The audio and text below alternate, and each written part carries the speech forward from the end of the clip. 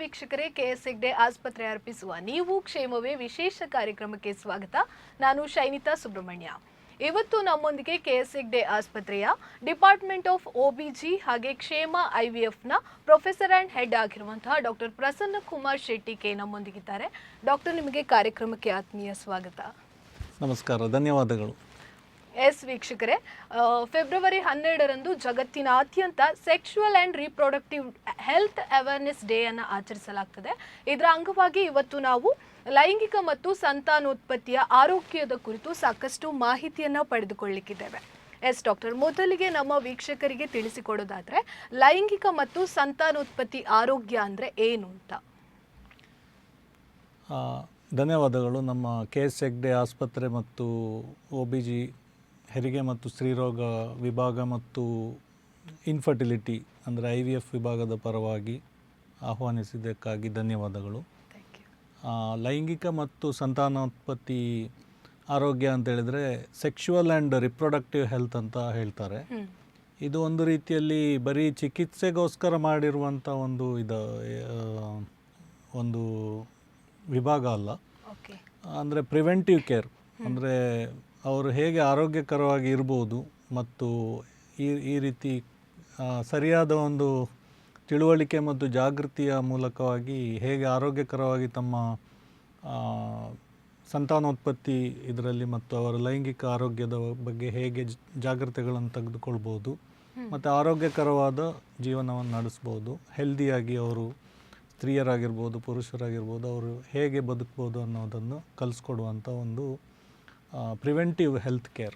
Okay, ಇವಾಗ ಸ್ತ್ರೀಯರಾಗಿರಲಿ ಪುರುಷರಾಗಿರಲಿ ಲೈಂಗಿಕತೆ ಮತ್ತು ಸಂತಾನೋತ್ಪತ್ತಿಯ ಆರೋಗ್ಯ ಎಷ್ಟು ಮುಖ್ಯ ಆಗಿರ್ತದೆ ಒಬ್ಬ ವ್ಯಕ್ತಿಗೆ ಅಂತ? ಇದು ಭಾಳ ಮುಖ್ಯ. ಅಂದರೆ ನಮಗೆ ನಮ್ಮ ಆರೋಗ್ಯ ಇದು ಒಂದು ವ್ಯಕ್ತಿಯ ಒಂದು ಆರೋಗ್ಯಕರ ಜೀವನಕ್ಕೆ ಅವರ ಮಾನಸಿಕ ದೈಹಿಕ ಆರೋಗ್ಯ ಹೇಗೆ ಇರುತ್ತದೋ ಕೊನೆಗೆ ಅವರು ತಾವು ತಮ್ಮ ವೃತ್ತಿಯಲ್ಲಿ ಮುಂದೆ ಬರಬೇಕು ಅಥವಾ ಚೆನ್ನಾಗಿ ಆರೋಗ್ಯವಂತರಾಗಿ ಬದುಕಿರಬೇಕು. ಇದೆಲ್ಲ ಆದಮೇಲೆ ಅವರಿಗೆ ತಮ್ಮ ಸಂತಾನವನ್ನು ಹೇಗೆ ಅಭಿವೃದ್ಧಿಪಡಿಸ್ಬೇಕಂತ ಎಲ್ಲರಿಗೂ ಒಂದು ಸ್ವಾಭಾವಿಕವಾಗಿ ಒಂದು ಮದುವೆ ಆಗಬೇಕು ಅಂತ ಒಂದು ವೈವಾಹಿಕ ಜೀವನವನ್ನು ನಡೆಸಿ ಮಕ್ಕಳಾಗಬೇಕಂತ ಬಯಕೆ ಇರ್ತದೆ. ಇದೊಂದು ಸಹಜವಾದಂಥ ಒಂದು ಪ್ರಕ್ರಿಯೆ. ಇದನ್ನು ಯಾವ ರೀತಿ ಹೆಲ್ದಿಯಾಗಿ ನಡೆಸ್ಬೋದು ಅನ್ನೋದು ಭಾಳ ಇಂಪಾರ್ಟೆಂಟ್. ಓಕೆ, ಇವಾಗ ಈ ವಿಷಯದ ಕುರಿತಾಗಿ ಸಮಾಜದಲ್ಲಿ ಕೆಲವೊಂದಷ್ಟು ವ್ಯಕ್ತಿಗಳು ಈ ಬಗ್ಗೆ ಮಾತಾಡಲಿಕ್ಕೆ ಹಿಂಜರಿತಾರೆ. ಇದು ಯಾವ ಕಾರಣಕ್ಕಾಗಿರ್ಬೋದು ಅಂತ?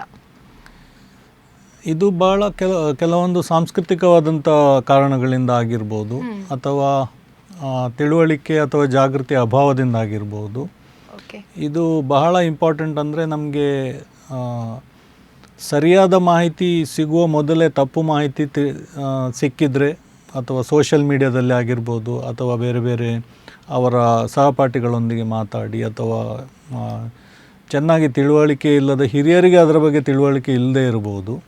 ಸೊ ಈ ಕಾರಣದಿಂದಾಗಿ ಭಾಳಷ್ಟು ಮುಂದುವರಿದ ದೇಶಗಳಲ್ಲಿ ಶಾಲಾ ಹಂತದಲ್ಲಿಯೇ ಮಕ್ಕಳಿಗೆ ಈ ಬಗ್ಗೆ ಅವರವರ ಏಜ್ ಅಪ್ರಾಪ್ರಿಯೇಟ್ ಅವರ ವಯಸ್ಸಿಗೆ ತಕ್ಕ ಹಾಗೆ ಅದರ ಬಗ್ಗೆ ಮಾಹಿತಿಯನ್ನು ಕೊಡ್ತಾರೆ.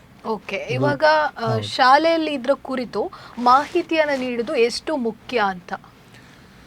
ಇದು ಬಹಳ ಮುಖ್ಯ. ಅಂದರೆ ಹದಿಹರೆಯದವರಲ್ಲಿ ಅಂದರೆ ಅಡೋಲಸೆಂಟ್ಸ್ ಈ ವಯಸ್ಸಲ್ಲಿ ಅವರಿಗೆ ತಮ್ಮ ದೇಹದಲ್ಲಿ ಏನು ಬದಲಾವಣೆಗಳಾಗ್ತಾ ಇದೆ ಅವರಿಗೆ ಏಜ್ ಬರುವಾಗ ಇದು ಎಲ್ಲರಿಗೂ ಗೊತ್ತಿರೋದಿಲ್ಲ. ಹಾರ್ಮೋನ್ ಬದಲಾವಣೆಗಳಿರ್ಬೋದು ಅಥವಾ ಮಾನಸಿಕವಾಗಿ ಅವರಿಗೆ ಏನೇನು ಬದಲಾವಣೆ ಆಗ್ತದೆ, ದೈಹಿಕವಾಗಿ ಏನೇನು ಬದಲಾವಣೆಗಳಾಗ್ತದೆ, ಇದರ ಬಗ್ಗೆ ಸರಿಯಾದ ಮಾಹಿತಿಗಳನ್ನು ನಾವು ಕೊಡೋದ್ರಿಂದ, ವೈಜ್ಞಾನಿಕವಾದ ಮಾಹಿತಿಯನ್ನು ಕೊಡೋದ್ರಿಂದ ಅವರ ಫ್ಯೂಚರಿಗೆ ತುಂಬ ಹೆಲ್ಪ್ ಆಗ್ತದೆ.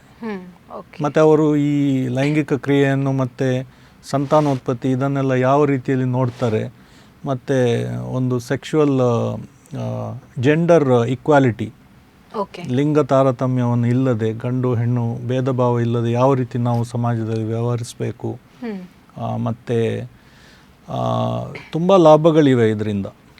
ಮತ್ತು ಲೈಂಗಿಕ ಶೋಷಣೆಗೆ ಒಳಗಾಗದೇ ಇರುವುದು, ಚಿಕ್ಕ ವಯಸ್ಸಿನಲ್ಲಿ ಅವರಿಗೆ ಮಾಹಿತಿ ಇಲ್ಲದಿದ್ದರೆ ಅಥವಾ ಪೋರ್ನೋಗ್ರಫಿ ನೋಡಿ ಅವರು ಲೈಂಗಿಕ ಮಾಹಿತಿಗಳನ್ನು ತಗೊಳ್ಳೋದಿದ್ರೆ ಅಥವಾ ಸಹಪಾಠಿಗಳು ಅರ್ಧಂಬರ್ಧ ಗೊತ್ತಿರೋರ ಹತ್ರ ಕೇಳಿ ಕಲ್ತ್ರೆ ಸೊ ಅವರಿಗೆ ಲೈಂಗಿಕ ದೌರ್ಜನ್ಯಗಳಾದರೂ ಅವರಿಗೆ ತನ್ನ ಮೇಲೆ ಏನು ತೊಂದರೆ ಆಗ್ತಿದೆ ಅಂತ ಅರಿವೇ ಇಲ್ಲದಿರ್ಬೋದು. ಸೊ ಇಂಥ ಕಾರಣಗಳು, ಮತ್ತು ಸೆಕ್ಷುವಲಿ ಟ್ರಾನ್ಸ್ಮಿಟೆಡ್ ಇನ್ಫೆಕ್ಷನ್ಸ್, ರೋಗಗಳು, ಮತ್ತು ಸುರಕ್ಷಿತವಾಗಿ ಲೈಂಗಿಕ ಕ್ರಿಯೆಯನ್ನು ಹೇಗೆ ನಡೆಸುವುದು, ಸಂತಾನ ಇದು ಬರ್ತ್ ಕಂಟ್ರೋಲ್ ಅಥವಾ ಕಾಂಟ್ರಸೆಪ್ಷನನ್ನು ಸರಿಯಾಗಿ ಉಪಯೋಗಿಸುವುದು ಹೇಗೆ, ಇಂಥದ್ದೆಲ್ಲ ಅವರಿಗೆ ಫ್ಯೂಚರಲ್ಲಿ ತುಂಬ ಹೆಲ್ಪ್ ಆಗ್ತದೆ. ಓಕೆ, ಇದರ ಕುರಿತಾಗಿ ಶಾಲೆಯಲ್ಲಿ ಯಾವೆಲ್ಲ ರೀತಿಯ ಕಾರ್ಯಕ್ರಮ ಆಗಿರ್ಬೋದು ಅಥವಾ ಒಂದು ಕಾರ್ಯಾಗಾರ ಆಗಿರ್ಬೋದು ಮಾಡ್ತಾರೆ ಅನ್ನೋ ಏನಾದರೂ ಮಾಹಿತಿ ಇದೆಯಾ ಅಂತ? ಇದರ ಬಗ್ಗೆ ಬೇರೆ ಬೇರೆ ಶಾಲೆಗಳು ಈಗ ನಮ್ಮ ಸರ್ಕಾರಿ ಶಾಲೆಗಳಾಗಿರ್ಬೋದು ಅಥವಾ ಖಾಸಗಿ ಶಾಲೆಗಳಾಗಿರ್ಬೋದು ಇದರ ಬಗ್ಗೆ ಆಲ್ರೆಡಿ ತುಂಬ ಜಾಗೃತಿಗಳಿದೆ. ಮತ್ತು ಹೆಚ್ಚಿನ ಶಾಲೆಗಳಲ್ಲಿ ಕೌನ್ಸಿಲರ್ಸ್ ಇರ್ತಾರೆ, ಇದರ ಬಗ್ಗೆ ಮಾಹಿತಿ ಕೊಡಲಿಕ್ಕೆ ತರಬೇತಿ ಪಡೆದಂಥ ಒಂದು ಕೌನ್ಸಿಲರ್ಸ್ ಇರ್ತಾರೆ. ಮತ್ತು ಟೈಮ್ ಟು ಟೈಮ್ ಅವರು ತಜ್ಞರನ್ನು ಕರೆಸಿ ಮಕ್ಕಳಿಗೆ ತಿಳುವಳಿಕೆ ಕೊಡಿಸುವಂಥ ಪ್ರೋಗ್ರಾಮ್ಗಳನ್ನು ಮಾಡ್ತಾರೆ. ಫಾರ್ ಎಕ್ಸಾಂಪಲ್, ಹುಡುಗಿಯರಿಗೆ ಹದಿಹರೆಯದಲ್ಲಿ ಮುಟ್ಟಿನ ಸಮಯದಲ್ಲಿ ಯಾವ ರೀತಿ ಹೈಜೀನ್ ಮೇಂಟೈನ್ ಮಾಡಬೇಕು, ಮತ್ತು ಸುರಕ್ಷಿತ ಫಸ್ಟ್ ಆಫ್ ಆಲ್ ಅವರಿಗೆ ಅವರ ದೇಹದ ಬಗ್ಗೆ, ಅಂಗಾಂಗಗಳ ಬಗ್ಗೆ ಮಾಹಿತಿ ಕೊಡುವುದು, ಮತ್ತು ಯಾವ ರೀತಿ ಒಳ್ಳೆಯ ಸ್ಪರ್ಶ ಮತ್ತು ಕೆಟ್ಟ ಸ್ಪರ್ಶ, ಗುಡ್ ಟಚ್, ಬ್ಯಾಡ್ ಟಚ್, ಇಂಥದ್ದರ ಬಗ್ಗೆ ಮಾಹಿತಿ ಕೊಡುವುದು, ಇದೆಲ್ಲ ಬಹಳ ಮುಖ್ಯವಾದಂಥ ವಿಷಯಗಳು. ಇದರ ಬಗ್ಗೆ ಅವರು ಪೊಲೀಸ್ ಇಲಾಖೆಯವರಾಗಿರ್ಬೋದು ಅಥವಾ ಮಹಿಳಾ ಮತ್ತು ಮಕ್ಕಳ ಕಲ್ಯಾಣ ಇಲಾಖೆಯವರಾಗಿರ್ಬೋದು ಅಥವಾ ವೈದ್ಯರಿರ್ಬೋದು, ಸ್ತ್ರೀರೋಗ ತಜ್ಞರಿರ್ಬೋದು, ಇವರನ್ನೆಲ್ಲ ಕರೆಸಿ ಪ್ರೋಗ್ರಾಮ್ಗಳನ್ನು ಮಾಡ್ತಾರೆ. ಮತ್ತು ಶಾಲೆಗಳಲ್ಲೇ ಅನೇಕ ಖಾಸಗಿ ಶಾಲೆಗಳಲ್ಲಂತೂ ಇದ್ದೇ ಇರ್ತಾರೆ, ಫುಲ್ ಟೈಮ್ ಕೌನ್ಸಿಲರ್ಸ್ ಇರ್ತಾರೆ. ಮಕ್ಕಳಲ್ಲಿ ಯಾವುದೇ ರೀತಿ ಹೆಚ್ಚು ಕಮ್ಮಿ ಕಂಡು ಬಂದರೆ ಅಥವಾ ಅವರಲ್ಲಿ ಏನಾದರೂ ಇದಿದ್ದರೆ ಅದನ್ನು ಬಹಳ ಅರ್ಲಿ ಸ್ಟೇಜಲ್ಲೇ ಐಡೆಂಟಿಫೈ ಮಾಡಿ ಅದನ್ನು ಕೌನ್ಸಿಲಿಂಗ್ ಮಾಡುವಂಥ ವ್ಯವಸ್ಥೆ ಹೆಚ್ಚಿನ ಶಾಲೆಗಳಲ್ಲಿ ಈಗೀಗ ಇರುತ್ತದೆ. ಓಕೆ, ಇವಾಗ ಒಂದು ಹಳ್ಳಿ ಪ್ರದೇಶ ಅಥವಾ ಒಂದು ಗ್ರಾಮೀಣ ಪ್ರದೇಶ ಅಂತ ಹೇಳಿದರೆ ಕೆಲವೊಂದು ಕಡೆ ಶಾಲೆಗಳು ಇರ್ತವೆ, ಮಕ್ಕಳೆಲ್ಲ ಸರಿಯಾಗಿ ಶಾಲೆಗೆ ಹೋಗ್ತಾ ಇರ್ತಾರೆ, ಅವರಿಗಲ್ಲಿ ಮಾಹಿತಿ ಸಿಗ್ತದೆ ಅಂತ ಹೇಳಿ. ತೀರಾ ಹಳ್ಳಿ ಪ್ರದೇಶದಲ್ಲಿ ಕೆಲವು ಮಕ್ಕಳು ಶಾಲೆಗೂ ಹೋಗೋದಿಲ್ಲ, ಅವರಿಗೆ ಸರಿಯಾದ ಮಾಹಿತಿ ಇರೋದಿಲ್ಲ. ಅಂಥ ಪ್ರದೇಶದಲ್ಲಿ ಏನು ಮಾಡ್ಬೋದು ಅಂಥ ಮಕ್ಕಳಿಗೆ ಮಾಹಿತಿಯನ್ನು ನೀಡಲಿಕ್ಕೆ ಅಂತ? ಇದರಲ್ಲಿ ಕೆಲವು ಸಾಮಾಜಿಕ ಮಾಧ್ಯಮಗಳು, ಈಗ ನಮ್ಮ ಟಿ ವಿ ಪ್ರೋಗ್ರಾಮ್ ಇರ್ಬೋದು ಅಥವಾ ರೇಡಿಯೋ, ಇದರಲ್ಲಿ ದೂರದರ್ಶನ ಇರ್ಬೋದು, ಆಕಾಶವಾಣಿ ಇರ್ಬೋದು, ಇದರ ಪ್ರಕಾರ, ಮತ್ತು ಅಲ್ಲಿನ ಪಂಚಾಯತ್ ಅಥವಾ ಅದರಲ್ಲೆಲ್ಲ ಮಾಡಬೇಕು. ಇದೊಂದು ಸಾಮಾಜಿಕವಾದ ಎಲ್ಲರ ಜವಾಬ್ದಾರಿ. ಇದರ ಬಗ್ಗೆ ವೈದ್ಯರೇ ಎಲ್ಲರನ್ನು ಮಾಡಬೇಕಂತೇಳಿ ಏನು ಇದು ಮಾಡಲಿಕ್ಕೆ ಆಗೋದಿಲ್ಲ. ಅಂದರೆ ಅವರ ಮಕ್ಕಳು ಸಮಾಜದ ಒಂದು ಅಂಶ. ಅಂದರೆ ಬೇರೆ ದೇಶಗಳಲ್ಲಿ ನೋಡಿದರೆ ನೀವು ನಿಮ್ಮ ಮನೆಯ ಮಗು ಕೂಡ ಇದು ಸರಿಯಾಗಿ ವರ್ತನೆ ಮಾಡದಿದ್ದರೆ ತಂದೆ ತಾಯಿಯನ್ನು ಕ್ವಶನ್ ಮಾಡ್ಬೋದು ಸರ್ಕಾರ. ಅಂದರೆ ಈಗ ಯುರೋಪಿಯನ್ ದೇಶಗಳಲ್ಲಿ ಮಕ್ಕಳು ಸಮಾಜದ ಆಸ್ತಿ. ಅದು ನನ್ನ ಮಗು, ನಾನು ಇಷ್ಟ ಬಂದಾಗೆ ನಾನು ಹೊಡಿತೇನೆ ಮಾಡ್ತೇನೆ ಅಂತ ಹೇಳಲಿಕ್ಕೆ ಆಗೋದಿಲ್ಲ. ಸೊ ಈ ರೀತಿಯ ಕಲ್ಪನೆ ಭಾರತದಲ್ಲೂ ಕೂಡ ಈಗ ಬರ್ತಾ ಇದೆ. ಸೊ ಆದ್ದರಿಂದ ಇದು ಹಳ್ಳಿಗಳಲ್ಲಿ ಸ್ವಲ್ಪ ಸಮಸ್ಯೆ ಇರ್ಬೋದು, ಆದರೆ ಇದನ್ನು ನಿಧಾನವಾಗಿ ನಾವು ಸರಿಪಡಿಸಬೇಕಾಗ್ತದೆ. ಓಕೆ, ಇಂತಹ ವಿಚಾರಗಳ ಕುರಿತು ಮಕ್ಕಳಿಗೆ ಮನೆಯಿಂದಲೇ ಯಾವ ರೀತಿ ಮಾಹಿತಿಯನ್ನು ನೀಡ್ಬೋದು? ತಂದೆ ತಾಯಿ ಆಗಿರ್ಬೋದು, ಅವರಿಗೆ ಯಾವ ರೀತಿ ಇಂಥ ವಿಚಾರಗಳ ಕುರಿತು ಅರಿವನ್ನು ಮೂಡಿಸ್ಬೋದು ಅಂತ? ಅಲ್ಲ, ಇದು ತಂದೆ ತಾಯಿಗಳು ತಾವು ಸ್ವತಃ ಅದರ ಬಗ್ಗೆ ಗಮನ ಹರಿಸಬೇಕು. ಓಕೆ. ಮತ್ತು ತಮ್ಮ ಮಕ್ಕಳು ಯಾವ ರೀತಿ ವರ್ತನೆ ಮಾಡ್ತಾ ಇದ್ದಾರೆ, ಅದರಲ್ಲಿ ಏನಾದರೂ ಬದಲಾವಣೆ ಕಂಡು ಬರ್ತಾ ಇದೆಯಾ? ಈಗ ಮಕ್ಕಳು ಸುಮ್ಮನೆ ಅವರು ಬದಲಾಗೋದಿಲ್ಲ, ಅವರ ವರ್ತನೆಯಲ್ಲಿ ಏನಾದರೂ ಬದಲಾವಣೆ ಆಗ್ತಾ ಇದೆಯಾ? ಅವರು ಯಾರ ಒಟ್ಟಿಗೆ ಓಡಾಡ್ತಿರ್ತಾರೆ, ನಮ್ಮ ಸಂಬಂಧಿಕರೇ ಆಗಿರ್ಬೋದು, ಅಥವಾ ಅವರನ್ನು ಸರಿಯಾಗಿ ಎಜುಕೇಟ್ ಮಾಡೋದು, ಆ ರೀತಿಯ ತಂದೆ ತಾಯಿ ತುಂಬ ದೂರ ಇಟ್ಟರೆ ಅಷ್ಟು ಒಳ್ಳೆಯದಲ್ಲ. ಅಂದರೆ ಮಗು ಹೆದರ್ತದೆ, ತನಗೇನಾದರೂ ತೊಂದರೆ ಆದರೆ ಅದನ್ನು ಹೇಳಲಿಕ್ಕೂ ಕೂಡ ತಂದೆ ತಾಯಿ ಹತ್ರ ಹಿಂಜರಿತದೆ. ಸೊ ಆ ರೀತಿಯ ಡಿಸ್ಟೆನ್ಸ್ ಮೇಂಟೈನ್ ಮಾಡೋ ಬದಲು ನಿನಗೆ ಏನು ತೊಂದರೆ ಆದರೂ ನನ್ನ ಹತ್ರ ಫಸ್ಟ್ ಬಂದು ಹೇಳಬೇಕು ಅನ್ನೋವಂಥ ವಾತಾವರಣವನ್ನು ಅವ್ರ ಮನೆಯಲ್ಲಿ ನಿರ್ಮಿಸಬೇಕು. ಅದಕ್ಕಿಂತ ಹೆಚ್ಚು ಇನ್ನೇನು ಮಾಡಲಿಕ್ಕೆ ಆಗೋದಿಲ್ಲ. ಅನ್ಫಾರ್ಚುನೇಟ್ಲಿ ಕೆಲವು ಮನೆಗಳಲ್ಲಿ ಅಷ್ಟು ವಾತಾವರಣ ಸರಿ ಇರುವುದಿಲ್ಲ. ತಂದೆ ತಾಯಿಗೆ ಏನಾದರೂ ದುರಭ್ಯಾಸಗಳು ಅಥವಾ ಮಾನಸಿಕ ಸಮಸ್ಯೆಗಳು, ಆರೋಗ್ಯ ಸಮಸ್ಯೆಗಳಿದ್ದರೆ ಅಷ್ಟು ಕೇರ್ ಕೊಡಲಿಕ್ಕೆ ಆಗೋದಿಲ್ಲ. ಹೌದು. ಇಂಥ ಸಂದರ್ಭದಲ್ಲಿ ಸರ್ಕಾರ ಮತ್ತು ಸಮಾಜ ಮುಂದೆ ಬಂದು ಈ ಮಕ್ಕಳಿಗೆ ಸಹಾಯ ಮಾಡಬೇಕು. ಓಕೆ, ಇದೇ ವಿಚಾರವಾಗಿ ಮಹಿಳೆಯರು ಸಂತಾನೋತ್ಪತ್ತಿ ಆರೋಗ್ಯದಲ್ಲಿ ಎದುರಿಸುವಂತಹ ಮೇಜರ್ ಸಮಸ್ಯೆಗಳು ಯಾವುದಿಲ್ಲ ಅಂತ? ಮಹಿಳೆಯರು ಅಂದರೆ ಬಹಳ ಮುಖ್ಯವಾದ ಒಂದು ಕಾರಣ ಅಂತೇಳಿದರೆ ಸಂತಾನೋತ್ಪತ್ತಿಗೆ ಅಥವಾ ಮಕ್ಕಳಾಗಲಿಕ್ಕೆ ತೊಂದರೆ ಆಗುವಂಥ ಕಾರಣ ಅಂತೇಳಿದರೆ ಒಂದು ಪ್ರಾಕೃತಿಕವಾಗಿ ನಮಗೆ ಇಂಥ ವಯಸ್ಸಲ್ಲೇ ಮಕ್ಕಳಾಗಬೇಕಂತ ಒಂದು ಇದಿರ್ತದೆ. ಓಕೆ, ಅದನ್ನು ನಾವು ಮುಂದೆ ಹಾಕಿದರೆ ಅದಕ್ಕೆ ಏನು ಮಾಡಲಿಕ್ಕೆ ಆಗೋದಿಲ್ಲ. ಯಾಕಂದರೆ ನಾವು 35 ವರ್ಷ ಆದಮೇಲೆ ನಾವು ಮದುವೆ ಆದರೆ ಸ್ವಲ್ಪ ನಮ್ಮ ಅಂಡಾಶಯಗಳು ಅಂದರೆ ಓವರೀಸಲ್ಲಿ ಮೊಟ್ಟೆಗಳ ಉತ್ಪಾದನೆ, ಅಂಡಾಣುಗಳ ಉತ್ಪಾದನೆ ಸ್ವಲ್ಪ ಕಡಿಮೆ ಆಗ್ತಾ ಬರ್ತದೆ. ಓಕೆ, ಇದೆಲ್ಲ ಏಜ್ ರಿಲೇಟೆಡ್ ಇದು. ಮತ್ತು ಕೆಲವು ಸಮಸ್ಯೆಗಳು ಅವರಲ್ಲಿ ಮುಟ್ಟಿನ ತೊಂದರೆಗಳಿರ್ಬೋದು, ಹಾರ್ಮೋನ್ಗಳ ಏರುಪೇರು ಇರ್ಬೋದು, ಓಕೆ, ಸಾಮಾನ್ಯವಾಗಿ ಕಂಡುಬರುವಂಥ PCOS, ಪಾಲಿಸಿಸ್ಟಿಕ್ ಓವೇರಿಯನ್ ಡಿಸೀಸ್, ಮತ್ತು ಕೆಲವು ಫೈಬ್ರಾಯ್ಡ್ಗಳು, ಥೈರಾಯ್ಡಿನ ತೊಂದರೆಗಳು, ಮತ್ತು ಇಂಥದ್ದೆಲ್ಲ ಸಮಸ್ಯೆಗಳೆಲ್ಲ ಬರ್ಬೋದು ಕೆಲವು. ಓಕೆ, ಮುಟ್ಟಿನ ಬಗ್ಗೆ ಇರುವಂತಹ ತಪ್ಪು ನಂಬಿಕೆಗಳು ಯಾವುದಿಲ್ಲ ಅಂತ? ಮುಟ್ಟಿನ ಬಗ್ಗೆ ಈಗ ಅಷ್ಟೊಂದು ಇದು ಇರುವುದಿಲ್ಲ. ಅಂದರೆ ಸಾಧಾರಣವಾಗಿ ನಮಗೆ ಮುಟ್ಟಿನ ಋತುಸ್ರಾವದ ಬಗ್ಗೆ ಸ್ವಲ್ಪ ಅರಿವಿರ್ತದೆ. ಶಾಲೆಯಲ್ಲಿ ಬಯಾಲಜಿ ಕಲಿತವರಿಗೆಲ್ಲ ಸಾಧಾರಣ ಗೊತ್ತಿರ್ತದೆ. ಆದರೂ ಕೂಡ ಕೆಲವು ತಿಂಗಳು ಮುಟ್ಟಾಗದೇ ಇರೋದ್ರಿಂದ ಸಂತಾನೋತ್ಪತ್ತಿಗೆ ಸ್ವಲ್ಪ ತೊಂದರೆ ಆಗ್ಬೋದು. ಇದನ್ನು ಆದಷ್ಟು ಬೇಗ ವೈದ್ಯರನ್ನು ಸಂಪರ್ಕಿಸಿ ಏನು ತೊಂದರೆ ಇದೆ ಅಂತ ಒಂದು ನೋಡಿಕೊಳ್ಳೋದು ಒಳ್ಳೆಯದು.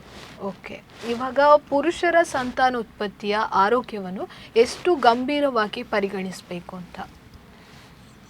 ಈಗ ಮಕ್ಕಳಾಗದೇ ಇರೋದಕ್ಕೆ ಪುರುಷರಲ್ಲಿ 30-40% ಕಾರಣಗಳು ಗಂಡಸರಲ್ಲಿ ಇರ್ತದೆ. ಓಕೆ, ಅಷ್ಟೇ ಮಟ್ಟಿನ ಕಾರಣಗಳು 30-40% ಅವರ ಹೆಂಡತಿಯ ಏನಾದರೂ ತೊಂದರೆಯಿಂದ ಕಂಡು ಬರ್ತದೆ. ಓಕೆ, ಆದ್ದರಿಂದ ಗಂಡಸರ ಒಂದು ವೀರ್ಯ ಪರೀಕ್ಷೆ ಮಾಡದೆ ಯಾವುದೇ ರೀತಿಯಲ್ಲಿ ವೈದ್ಯರುಗಳು ಅವರ ಸಂತಾನೋತ್ಪತ್ತಿಗೆ ಸಂಬಂಧಪಟ್ಟ ಟೆಸ್ಟ್ಗಳು ಅಥವಾ ಚಿಕಿತ್ಸೆಗಳನ್ನು ಮುಂದುವರಿಸುವುದಿಲ್ಲ. ಓಕೆ, ಸಾಧಾರಣ ಅದು ಅವರಲ್ಲಿ ವೀರ್ಯಾಣುಗಳ ಸಂಖ್ಯೆ ಎಷ್ಟಿರಬೇಕು ಮತ್ತು ಅದರ ಚಲನಶೀಲತೆ ಅಂದರೆ ಮೊಟಿಲಿಟಿ ಅದು ಯಾವ ಥರ ಕಾಣಬೇಕು ಮೈಕ್ರೋಸ್ಕೋಪಲ್ಲಿ ನೋಡಿದರೆ, ಇದನ್ನೆಲ್ಲ ಒಂದು ನಾರ್ಮಲ್ ಯಾವ ಥರ ಇರಬೇಕಂತ ಒಂದು ಲೆಕ್ಕ ಇರ್ತದೆ. ಅದರಿಂದ ಸ್ವಲ್ಪ ಆಚೆ ಈಚೆ ಇದ್ದರೆ ಸ್ವಲ್ಪ ಗರ್ಭಧಾರಣೆಯಲ್ಲಿ ತಡವಾಗ್ಬೋದು ಅಥವಾ ಗರ್ಭಧಾರಣೆ ಆಗದೇ ಇರ್ಬೋದು. ಸೊ ತುಂಬ ಮುಖ್ಯವಾದ ಕೆಲವು ಇದು. ಮತ್ತು ಅವರ ಜೀವನ ಶೈಲಿಯಲ್ಲಿ ಏನೇನು ತೊಂದರೆ ಇದೆ, ಅವರಿಗೆ ಅತಿಯಾದ ಮದ್ಯಪಾನ, ಅತಿಯಾದ ಧೂಮಪಾನ ಅಂದರೆ ಸ್ಮೋಕಿಂಗ್, ಹೆವಿ ಸ್ಮೋಕಿಂಗ್, ಮತ್ತು ಮಾದಕ ದ್ರವ್ಯಗಳನ್ನು ಉಪಯೋಗಿಸುವುದು, ಇದರಿಂದೆಲ್ಲ ಅವರ ವೀರ್ಯಾಣುಗಳ ಸಂಖ್ಯೆ ಕಡಿಮೆ ಆಗ್ತದೆ ಅಥವಾ ವೀರ್ಯಾಣುಗಳ ಚಲನಶೀಲತೆ ಇದೆಲ್ಲ ಕಡಿಮೆ ಆಗ್ತಾ ಬರುತ್ತೆ. ಓಕೆ, ನಾವು ಕುಟುಂಬ ಯೋಜನೆ ಅನ್ನುವಂತಹ ಪದವನ್ನು ಆಸ್ಪತ್ರೆ ಆಗಿರ್ಬೋದು ಶಾಲೆಗಳಲ್ಲೆಲ್ಲ ಕೇಳಿದ್ದೇವೆ. ಇದ್ರ ಕುರಿತು ನಮ್ಮ ವೀಕ್ಷಕರಿಗೆ ತಿಳಿಸಿಕೊಡೋದಂದರೆ ಕುಟುಂಬ ಯೋಜನೆ ಅಂದರೆ ಏನು ಅಂತ? ಕುಟುಂಬ ಯೋಜನೆ ಅಂತ ಹೇಳಿದರೆ ಮೊದಲು ಫ್ಯಾಮಿಲಿ ಪ್ಲ್ಯಾನಿಂಗ್ ಅಂತ ಹೇಳ್ತಾ ಇದ್ರು. ಅದನ್ನು ಈಗ ಬರ್ತ್ ಕಂಟ್ರೋಲ್ ಅಂತ ಹೇಳ್ತಾ ಇದ್ರು, ಸಂತಾನ ನಿರೋಧ ಅಂತ ಹೇಳ್ತಾ ಇದ್ರು. ಅದನ್ನೀಗ ಫ್ಯಾಮಿಲಿ ಪ್ಲ್ಯಾನಿಂಗ್ ಅಂತ ಹೇಳ್ತಾರೆ. ಅಂದರೆ ನಮಗೆ ಇದು ಸ್ತ್ರೀಯರಿಗೆ ಆದಷ್ಟು, ಸ್ತ್ರೀಯರು ಗಂಡಸರಾಗಿ ಈಗ ಎಲ್ಲ ಕಡೆ ಕೆಲಸ ಮಾಡ್ತಾರೆ, ಅವರಷ್ಟೇ ಅಂದರೆ ಬೇರೆ ಬೇರೆ ಕ್ಷೇತ್ರಗಳಲ್ಲೂ ಆಲ್ಮೋಸ್ಟ್ ಈಕ್ವಲ್ ಆಗಿ ವರ್ಕ್ ಮಾಡ್ತಾ ಇದ್ದಾರೆ.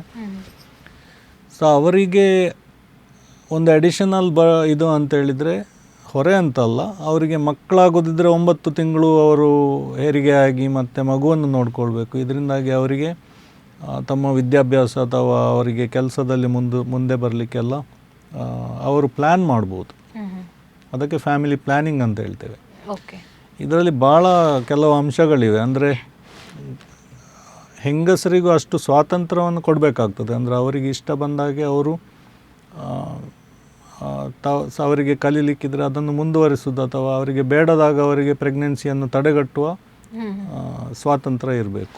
ಈ ಥರ ಅವರಿಗೆ ಒಂದು ರೀತಿಯ ಇದನ್ನು ಸಮಾಜ ಅದನ್ನು ಕೊಡಬೇಕು. ಓಕೆ, ಇವಾಗ ಲಭ್ಯ ಬರೀ ಅವರು ಹೆರಿಗೆ ಮಾಡುವ ಮೆಷಿನ್ಗಳ ಥರ ಅವರನ್ನು ನೋಡಿದರೆ ಅವರು ನಮ್ಮ ದೇಶದಲ್ಲಿ ಅರ್ಧವಾಸಿ ಜನ ಏನು ಅಷ್ಟು ಇದು ಮಾಡದೇ ಇರ್ಬೋದು ಅಷ್ಟೇ. ಓಕೆ, ಇವಾಗ ಲಭ್ಯವಿರುವಂತಹ ಸಂತಾನ ನಿರೋಧಕ ವಿಧಾನಗಳು ಯಾವುದೆಲ್ಲ ಅಂತ? ಬೇಕಾದಷ್ಟು ಇದೆ. ಅಂದರೆ ಕೆಲವು ಗಂಡಸರು ಉಪಯೋಗಿಸುವಂಥದ್ದು, ಈಗ ಕಾಂಡಮ್ ಅಂತ ಹೇಳ್ತಾರೆ, ನಿರೋಧ್ ಸರ್ಕಾರಿ ಇದರಲ್ಲಿ ಕೊಡ್ತಾರೆ ಅಥವಾ ಬೇರೆ ಬೇರೆ ಕಡೆ ಸಿಗ್ತದೆ. ಮತ್ತು ಹೆಂಗಸರು ಉಪಯೋಗಿಸುವಂಥದ್ದು ಗರ್ಭ ನಿರೋಧಕ ಮಾತ್ರೆಗಳಿರ್ತದೆ. ಓಕೆ, ಮತ್ತು ಕಾಪರ್ ಟೀ ಅಂತ ಹೇಳ್ತಾರೆ, ಗರ್ಭಕೋಶದ ಒಳಗೆ ಹಾಕುವಂಥ ಸಣ್ಣ ಟೀ ಆಕಾರದ ಒಂದು ಇದಿರ್ತದೆ. ಮತ್ತು ಬೇರೆ ಬೇರೆ ಥರದ ಇದಿರ್ತದೆ. ಅಂತ ಮಕ್ಕಳು ಹೆತ್ತು ಎಲ್ಲ ಅವರ ಫ್ಯಾಮಿಲಿ ಕಂಪ್ಲೀಟ್ ಆದರೆ ಟ್ಯೂಬಿಗೆ ಕಟ್ಟ ಹಾಕಿ ಟ್ಯೂಬೆಕ್ಟಮಿ ಅಥವಾ ಗಂಡಸರಲ್ಲಿ ಅದರ ವ್ಯಾಸೆಕ್ಟಮಿ ಇಂಥ ಚಿಕ್ಕ ಆಪರೇಷನ್ಗಳು ಕೂಡ ಇರ್ತದೆ. ಓಕೆ, ಸೊ ಇದೆಲ್ಲ ಅವರ ಆರೋಗ್ಯಕ್ಕೆ ಏನು ತೊಂದರೆ ಆಗೋದಿಲ್ಲ ಅಥವಾ ಅವರಿಗೆ ಅನ್ಪ್ಲ್ಯಾನ್ಡ್ ಪ್ರೆಗ್ನೆನ್ಸಿ ಅಂದರೆ ಇದರಿಂದಾಗಿ ಆಗುವಂಥ ತೊಂದರೆಗಳನ್ನೆಲ್ಲ ತಡೆಗಟ್ಟಬಹುದು. ಓಕೆ, ಇದರಿಂದ ಏನು ಆರೋಗ್ಯ ಸಮಸ್ಯೆಗಳು ಆಗೋದಿಲ್ಲ ಅಂತ? ಸಾಮಾನ್ಯವಾಗಿ ಏನು ಬರೋದಿಲ್ಲ. ಅಂದರೆ ಅವರವರ ಅಂದರೆ ಯಾರಿಗೆ ಸಪೋಸ್ ಅವರಿಗೆ ಬೇರೆ ಏನಾದರೂ ಪ್ರಾಬ್ಲಮ್ ಇರ್ತದೆ, ಮಾತ್ರೆ ತಗೊಳ್ಳಿಕ್ಕೆ ಆಗೋದಿಲ್ಲ ಅಂತ ಹೇಳಿದರೆ ಅವರು ಗಂಡನಿಗೆ ಈ ಬ್ಯಾರಿಯರ್ ಮೆಥಡ್ ಅಂತ ಹೇಳಿದರೆ ಕಾಂಡಮ್ಗಳನ್ನು ಉಪಯೋಗಿಸಲಿಕ್ಕೆ ಹೇಳ್ಬೋದು. ಓಕೆ, ಅಥವಾ ಅವರಿಗೆ ಗರ್ಭಕೋಶದಲ್ಲಿ ಏನು ಕಾಪರ್ ಟೀ ಹಾಕಲಿಕ್ಕೆ ಆಗೋದಿಲ್ಲ ಅಂತ ಹೇಳಿದರೆ ಅವರಿಗೆ ಕಾಂಟ್ರಸೆಪ್ಟಿವ್ ಪಿಲ್ಸ್ ತಗೊಳ್ಬೋದು. ಓಕೆ, ಮತ್ತು ವಯಸ್ಸಾದ ಮೇಲೆ ಹೇಗಿದ್ದರೂ ಸ್ವಲ್ಪ ಸ್ವಲ್ಪ ಕಮ್ಮಿ ಆಗ್ತದೆ ಮಕ್ಕಳಾಗುವ ಸಾಧ್ಯತೆ, ಅದರಿಂದಾಗಿ ಅಷ್ಟು ಸಮಸ್ಯೆ ಬರುವುದಿಲ್ಲ. ಓಕೆ, ಇವಾಗ ಬಂಜೆತನ ಅಂದರೆ ಏನು ಅಂತ ನಮ್ಮ ವೀಕ್ಷಕರಿಗೆ ತಿಳಿಸ್ಕೊಡ್ಬೇಕು. ಇದು ಇಂದಿನ ಕಾಲದಲ್ಲಿ ಎಷ್ಟರ ಮಟ್ಟಿಗೆ ಒಂದು ದೊಡ್ಡ ಸಮಸ್ಯೆಯಾಗಿ ಪರಿಣಮಿಸಿದೆ ಅಂತ? ಬಂಜೆತನ ಅಂತ ಹೇಳಿದರೆ ಮೊದಲು ಬಂಜೆತನ ಅಂತ ಹೇಳ್ತಾ ಇದ್ರು, ಆದರೆ ಸ್ವಲ್ಪ ಅದು ಆ ಶಬ್ದ ಅಷ್ಟು ಚೆನ್ನಾಗಿಲ್ಲದೆ ಇರುವ ಕಾರಣದಿಂದ ಈಗ ಅದನ್ನು ಸಂತಾನಹೀನತೆ ಅಥವಾ ಅಷ್ಟು ಸರಿಯಾದ ಕನ್ನಡದಲ್ಲಿ ಅಷ್ಟು ಒಳ್ಳೆ ಶಬ್ದಗಳು ಸಿಗ್ತಾ ಇಲ್ಲ ಅದಕ್ಕೆ. ಇದು ಇಂಗ್ಲೀಷಲ್ಲಾದರೆ ಇನ್ಫರ್ಟಿಲಿಟಿ ಅಥವಾ ಸಬ್ ಫರ್ಟಿಲಿಟಿ, ಡಿಲೇ ಇನ್ ಕನ್ಸೆಪ್ಷನ್ ಹಾಗೆಲ್ಲ ಹೇಳ್ತಾರೆ. ಓಕೆ, ಅಂದರೆ ಏನು ಸಮಸ್ಯೆ ಇಲ್ಲದ ದಂಪತಿಗಳಲ್ಲಿ 1 ವರ್ಷ ಅವರು ಗರ್ಭನಿರೋಧಕಗಳಿಲ್ಲದೆ ಒಟ್ಟಿಗೆ ಅವರು ಪ್ರಯತ್ನ ಮಾಡಿದರೂ ಆಗದೇ ಇದ್ದರೆ ಅದಕ್ಕೆ ಸಂತಾನಹೀನತೆ ಅಥವಾ ಬಂಜೆತನ ಅಂತ ಹೇಳ್ತಾರೆ. ಓಕೆ, ಆದರೆ 35 ವರ್ಷ ಆದಮೇಲೆ 1 ವರ್ಷ ಕಾಯುವಂಥ ಅಗತ್ಯ ಇಲ್ಲ. ಅದು ಸ್ವಲ್ಪ ಬೇಗ ವೈದ್ಯರನ್ನು ಅವರು ಸಲಹೆ ತಗೊಳ್ಬೇಕು. 6 ತಿಂಗಳ ಒಳಗೆ ತಗೊಳ್ತಾರೆ. ಓಕೆ, ಅಥವಾ ಮೊದಲಿಂದನೇ ನಿಮಗೆ ಏನಾದರೂ ತೊಂದರೆ ಇದೆ ಅಂತ ಗೊತ್ತಿದ್ದರೆ ಇದಕ್ಕಿಂತ ಬೇಗ ಅವರನ್ನು ವೈದ್ಯರನ್ನು ಕನ್ಸಲ್ಟೇಷನ್ ಮಾಡಿ ಟ್ರೀಟ್ಮೆಂಟ್ ತಗೊಳ್ಬೇಕು. ಓಕೆ, ಇವಾಗ ಬಂಜೆತನ ಹೆಚ್ಚಾಗಲಿಕ್ಕೆ ಕಾರಣಗಳೇನು ಅಂತ ಹೇಳೋದಾದರೆ? ಬಂಜೆತನ ಈಗ ಯಾವುದೇ ಪಾಪ್ಯುಲೇಷನಲ್ಲಿ, ಇಂಡಿಯಾ ಇರ್ಬೋದು ಅಥವಾ ಬೇರೆ ದೇಶಗಳಿರ್ಬೋದು, 10-15% ಇದ್ದೇ ಇರ್ತದೆ. ಓಕೆ, ಅಂದರೆ 100ಕ್ಕೆ 100 ಎಲ್ಲರೂ ಮದುವೆ ಆದವರಿಗೆ ಮಕ್ಕಳು ಆಗ್ತದೆ ಅಂತ ಗ್ಯಾರಂಟಿ ಹೇಳಲಿಕ್ಕೆ ಆಗೋದಿಲ್ಲ. ಸೊ 10-15% ಎಲ್ಲ ಕಡೆ ಇರ್ತದೆ. ಅದರಿಂದ ನೀವೇ ಅಂದಾಜು ಮಾಡ್ಬೋದು, ನಮ್ಮ ದೇಶ ಜಗತ್ತಿನಲ್ಲಿ ಅತ್ಯಂತ ಜನಸಂಖ್ಯೆ ಇರುವಂಥ ದೇಶ. ಸೊ ನಂಬರ್ಸ್ ನೋಡಿದರೆ ಲಕ್ಷಗಟ್ಟಲೆ ಜನ ಈ ತೊಂದರೆಯಿಂದ ಬಳಲ್ತಾ ಇದ್ದಾರೆ. ಇದು ಈಗ ಜಾಸ್ತಿ ಆಗ್ತಾ ಇದೆ ಅಂತೇಳಿ ನಮಗೆ ಹೇಳಲಿಕ್ಕೆ ಆಗ್ತಾ ಇಲ್ಲ. ಯಾಕಂದರೆ ಈಗ ಅದರ ಬಗ್ಗೆ ಅರಿವು ಇರುವುದರಿಂದ ಅಥವಾ ಜನರಲ್ಲಿ ಜಾಗೃತಿ ಇರುವುದರಿಂದ ಅವರು ಬೇಗ ವೈದ್ಯರನ್ನು ಸಂಪರ್ಕಿಸ್ತಾರೆ. ಅದರಿಂದಾಗಿ ಸ್ವಲ್ಪ ಜಾಸ್ತಿ ಆಗಿದೆ ಅಂತ ಅನಿಸಿರ್ಬೋದು, ಆದರೆ 10-15% ಇರ್ತದೆ ಸಾಧಾರಣ. ಎಸ್ ಡಾಕ್ಟರ್, ಬಂಜೆತನಕ್ಕೆ ಸ್ಪಷ್ಟವಾದ ಲಕ್ಷಣಗಳು ಏನಾದರೂ ಇದೆಯಾ? ಅದೇ ರೀತಿ ಯಾವಾಗ ದಂಪತಿಗಳು ವೈದ್ಯರನ್ನು ಸಂಪರ್ಕಿಸಬೇಕು ಅಂತ? ಇದಕ್ಕೆ ನಾನು ಆಲ್ರೆಡಿ ಹೇಳಿದಾಗೆ ಅವರು 1 ವರ್ಷಗಳ ಕಾಲ, ಅಂದರೆ 35 ವರ್ಷದಿಂದ ಚಿಕ್ಕ ವಯಸ್ಸಿನವರಾದರೆ ಏನು ಸಮಸ್ಯೆಗಳು ಇಲ್ಲ ಅಂತ ಹೇಳಿದರೆ, ವೀರ್ಯ ಪರೀಕ್ಷೆ ನಾರ್ಮಲ್ ಆಗಿದೆ ಅಥವಾ ಅವರ ಸ್ಕ್ಯಾನಿಂಗ್ ನಾರ್ಮಲ್ ಇದೆ, ಮುಟ್ಟು ತಿಂಗಳು ಕರೆಕ್ಟ್ ಆಗುತ್ತೆ, ಟ್ಯೂಬ್ ಎಲ್ಲ ಓಪನ್ ಇದೆ ಅಂತ ಹೇಳಿದರೆ 1 ವರ್ಷಗಳ ಕಾಲ ಪ್ರಯತ್ನ ಮಾಡಿ ಆಗಲಿಲ್ಲ ಅಂತ ಹೇಳಿದರೆ ಅವರು ವೈದ್ಯರನ್ನು ಸಂಪರ್ಕಿಸ್ಬೋದು. ಇದಕ್ಕೆ ಇಂಥ ಕಾರಣ ಅಂತ ಏನು ಇದಿರುವುದಿಲ್ಲ. ಕೆಲವರಿಗೆ ಎಲ್ಲ ಸರಿ ಇದ್ರೂ ಕೂಡ ಒಮ್ಮೊಮ್ಮೆ ಮಕ್ಕಳಾಗೋದ್ರಲ್ಲಿ ತಡವಾಗ್ಬೋದು, ಅನ್ಎಕ್ಸ್ಪ್ಲೇನ್ಡ್ ಇನ್ಫರ್ಟಿಲಿಟಿ ಅಂತ ಹೇಳ್ತಾರೆ. ಆದರೆ ಕೆಲವು ಫೈಬ್ರಾಯ್ಡ್ ಇದ್ದರೆ ಅವರಿಗೆ ಜಾಸ್ತಿ ಬ್ಲೀಡಿಂಗ್ ಆಗ್ಬೋದು, ಅಥವಾ ಎಂಡೋಮೆಟ್ರಿಯೋಸಿಸ್ ಅಂತ ಒಂದು ಸಮಸ್ಯೆ ಇದೆ. ಓಕೆ ಅದರಲ್ಲಿ ಮುಟ್ಟಾಗುವ ಸಮಯದಲ್ಲಿ ತುಂಬ ಹೊಟ್ಟೆ ನೋವು ಬರ್ಬೋದು. ಓಕೆ ಮತ್ತು ಕೆಲವರಿಗೆ ಪಾಲಿಸಿಸ್ಟಿಕ್ ಓವರಿ ಅಂತ ಕೇಳಿರ್ಬೋದು, PCOS ಅಂತ ಹೇಳಿದರೆ ಅವರಿಗೆ ಮುಟ್ಟು ಸರಿ ಬರುವುದಿಲ್ಲ 1.5 ತಿಂಗಳು 2 ತಿಂಗಳಿಗೆ, ಅಥವಾ ಕೆಲವರಿಗೆ 3 ತುಂಬ ಲೇಟ್ ಆಗ್ತದೆ. ಸ್ವಲ್ಪ ತುಂಬ ವೆಯ್ಟ್ ಹಾಕ್ಕೊಂಡಿರ್ತಾರೆ, ಅಥವಾ ಏನು ಮೊಡವೆಗಳ ಸಮಸ್ಯೆ ಮತ್ತು ಹೆಚ್ಚು ಹೇರ್ ಬರುವುದು ಹೆಂಗಸರಲ್ಲಿ, ಅಂಥದ್ದೆಲ್ಲ ಇರುತ್ತೆ. ಸೊ ಕೆಲವು ಸಂದರ್ಭಗಳಲ್ಲಿ ಅವರಿಗೆ ಆಬ್ವಿಯಸ್ ಸಿಂಪ್ಟಮ್ಸ್ ಇರುತ್ತೆ, ಕೆಲವು ಸಮಯದಲ್ಲಿ ಏನೂ ಇರೋದಿಲ್ಲ. ಗಂಡಸರಿಗಂತೂ ಒಮ್ಮೊಮ್ಮೆ ವೀರ್ಯ ಪರೀಕ್ಷೆ ಮಾಡಿದಾಗನೇ ಗೊತ್ತಾಗುತ್ತೆ ಒಂದು ಕೌಂಟ್ ಕಡಿಮೆ ಇದೆ, ಅಥವಾ ಕೆಲವರಿಗೆ 0 ಕೌಂಟೂ ಇರ್ಬೋದು. ಸೊ ಪರೀಕ್ಷೆ ಮಾಡಿದರೆ ಮಾತ್ರ ಗೊತ್ತಾಗ್ತದೆ. ಹಾಗೆ ಇದು ಬಂಜೆತನಕ್ಕೆ ಆಹಾರ ಮತ್ತು ಜೀವನ ಪದ್ಧತಿಯು ಏನಾದರೂ ಪರಿಣಾಮ ಬೀರ್ತದಾ ಅಂತ? ಹೌದು, ಕಾಂಟ್ರಿಬ್ಯೂಟಿಂಗ್ ಫ್ಯಾಕ್ಟರ್ಸ್ ಅಂತ ಹೇಳ್ತಾರೆ. ಬೇರೆ ಸಮಸ್ಯೆಗಳ ಜೊತೆ ಅದು ಅವ್ರದ್ದು ಲೈಫ್ ಸ್ಟೈಲ್ ಚಾಯ್ಸಸ್ ಸರಿ ಇಲ್ಲ ಅಂತ ಹೇಳಿದರೆ, ತುಂಬ ದುರಭ್ಯಾಸಗಳು, ಅದು ಆಗಲೇ ಹೇಳಿದೆ ನಾನು, ಅಥವಾ ಓವರ್ ವೆಯ್ಟ್ ಆಗಿರೋದು, ಎಕ್ಸಸೈಸ್ ಮಾಡದೇ ಇರೋದು, BMI ಅಂತ ಹೇಳ್ತೇವೆ ನಾವು, ಸಾಧಾರಣ 25ರಿಂದ ಮೇಲೆ ಹೋಗಬಾರ್ದು. ಅದು ನಮ್ಮ ಹೈಟಿಗೆ ಎಷ್ಟು ಬೇಕೋ ಅಷ್ಟೇ ವೆಯ್ಟ್ ಇರಬೇಕು. ಅಂಥದ್ದೆಲ್ಲ ಇದ್ದರೆ ಅವರಿಗೆ ಇನ್ಫರ್ಟಿಲಿಟಿ ಇದ್ದರೆ ಟ್ರೀಟ್ಮೆಂಟ್ ತೊಂದರೆ ಆಗ್ತದೆ, ಅಥವಾ ಸ್ವಲ್ಪ ಡಿಲೇ ಆಗ್ತದೆ. ಮತ್ತು ಒತ್ತಡದ ಇದು ಸ್ಟ್ರೆಸ್ ಅಂತ ಹೇಳ್ತೇವೆ, ಸ್ಟ್ರೆಸ್ ಮ್ಯಾನೇಜ್ಮೆಂಟ್ ಕೂಡ ಅವ್ರು ಮಾಡ್ಕೋಬೇಕು. ಓಕೆ, ಇವಾಗ IVF ಆಗಿರ್ಬೋದು, IUI, ಇದ್ರ ಬಗ್ಗೆ ನಾವು ಕೇಳ್ಪಟ್ಟಿದ್ದೇವೆ. ಇದ್ರ ಬಗ್ಗೆ ನಮ್ಮ ವೀಕ್ಷಕರಿಗೆ ನೀವು ವಿವರಿಸಬೇಕು, ಏನು ಇದು ಅಂತ. ಇದೆಲ್ಲ ಬಂಜೆತನಕ್ಕೆ ಇರುವಂಥ ಕೆಲವು ಚಿಕಿತ್ಸಾ ವಿಧಾನಗಳು ಅಷ್ಟೇ, ಅಂದರೆ ಎಲ್ಲರಿಗೂ ಬೇಕಾಗ್ತದೆ ಅಂತ ಅಲ್ಲ. IVF ಅಂತೂ ಸ್ಮಾಲ್ ಪರ್ಸೆಂಟೇಜ್ ಆಫ್ ಇನ್ಫರ್ಟೈಲ್ ಕಪಲ್ಸ್ಗೆ ಬೇಕಾಗತ್ತೆ.